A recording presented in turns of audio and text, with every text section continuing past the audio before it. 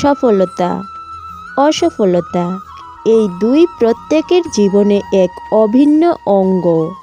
কিন্তু সফলতা আর অসফলতার থেকেও আরও বেশি গুরুত্বপূর্ণ বিষয় তার থেকে পাওয়া শিক্ষা, যা বেশিরভাগ মানুষই বুঝতে পারে না। এবার দেখুন না, যখন আপনি জীবনে সফল হন, আপনার আপনজনেরা, আপনার বন্ধুরা জানতে পারেন আপনি কে, আপনার সামর্থ্য কী। কিন্তু যখন আপনি অসফল হন, তখন আপনি জানতে পারেন আপনার বন্ধুকে, আপনার আপনজনকে। কেমন অদ্ভুত ব্যাপার, তাই না?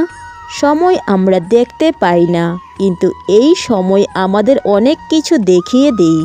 সেই জন্যই এই সময়কে আর এই সফলতাকে সমানভাবে দেখুন, সমান দৃষ্টিতে দেখুন, আর এই দুইজনকেই সম্মান করুন।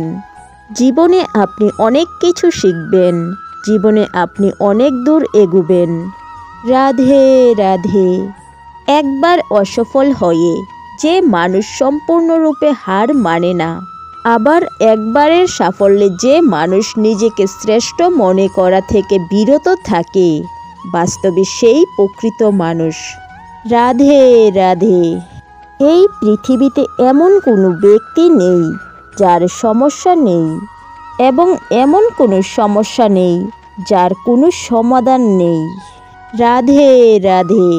কঠিন সময় আসবে এবং চলে যাবে, তাদের দ্বারা প্রবাহিত না হয়ে সহ করতে শেখো।